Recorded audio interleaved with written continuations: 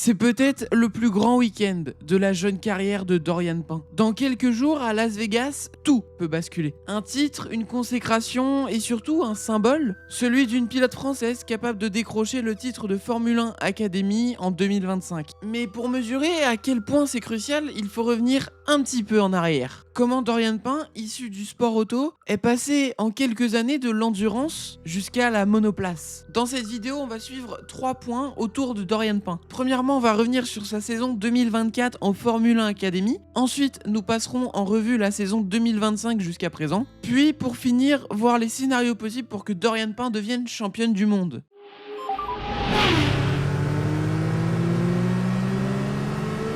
Avant toute chose, revenons l'an passé, car tout ce qu'elle est aujourd'hui s'est construit l'an passé. Déjà, elle fait sa première saison complète avec l'équipe Prema l'année dernière, en Formule 1 Academy. Elle signe 3 victoires, fait 8 podiums et 5 pole positions. Mais sa saison 2024 ne s'est pas passée sans heurts. Lors d'un week-end, elle traverse 2 fois la ligne d'arrivée à cause d'une mésentente à la radio, ce qui malheureusement lui coûte une victoire. Malgré tout ça, elle finit vice-championne du monde 2024, juste derrière Abby Pulling, la pilote alpine. Par ailleurs, elle a aussi roulé en FRECA, la Formula Regional European Championship, et tout cela lui donne une base solide. Elle maîtrise les circuits, elle est familiarisée avec les duels, et elle a une très grande endurance mentale. Elle revient en 2025 avec une volonté claire, faire mieux. Maintenant, le cœur du dossier, comment se déroule sa saison 2025 et comment Dorian Pain s'est placé en position de favorite. Déjà, la saison 2025 compte 7 rounds, dont Las Vegas pour l'ultime manche de la saison. Pour l'instant, Dorian Pain est première avec 151 points. Elle est suivie de près par la pilote qui roule avec les couleurs Ferrari, Maya Vög, qui a 142 points. À Miami, par exemple, elle remporte la course numéro 1,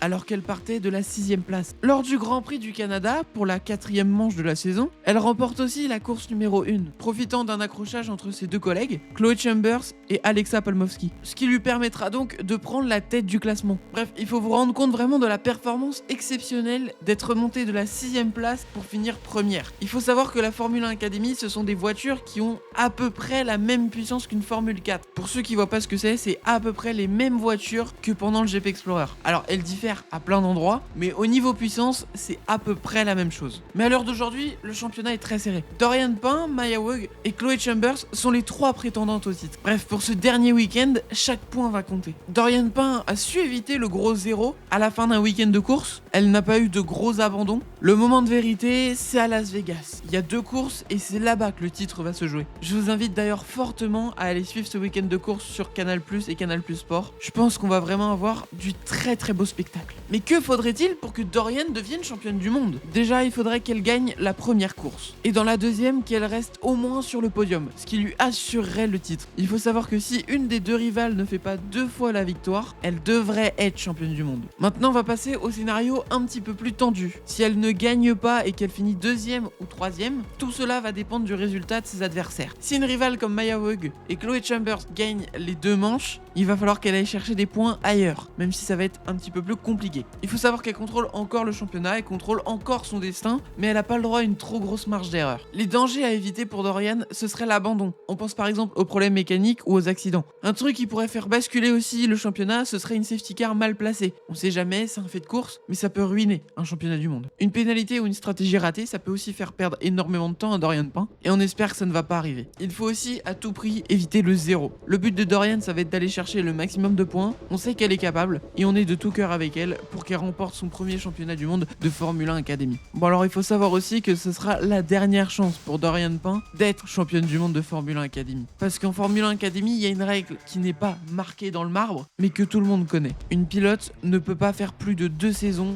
au sein de ce championnat. Elle a déjà fait la saison 2024, elle va finir la saison 2025. Si elle n'est pas championne du monde de Formule 1 Academy, ce sera malheureusement trop tard. En écoutant Gwen Lagrue, le responsable des jeunes pilotes de l'Académie Mercedes, dont fait partie Dorian Pain, le but serait de l'emmener en Formule 3. Donc est-ce que Dorian va réussir à aller en Formule 3? On l'espère aussi pour elle, pour après monter en Formule 2 et pourquoi pas rejoindre la Formule 1. On verra dans combien de temps ça pourra se faire parce que c'est un cheminement qui est long, mais en tout cas on est de tout cœur avec elle. En tout cas cette vidéo touche à sa fin. Si tu l'as appréciée, n'hésite pas à t'abonner, à mettre un petit pouce bleu, à activer la cloche. Je te ferai sans doute une vidéo après le week-end à Las Vegas sur la Formule 1 Academy. C'était Nathan, salut.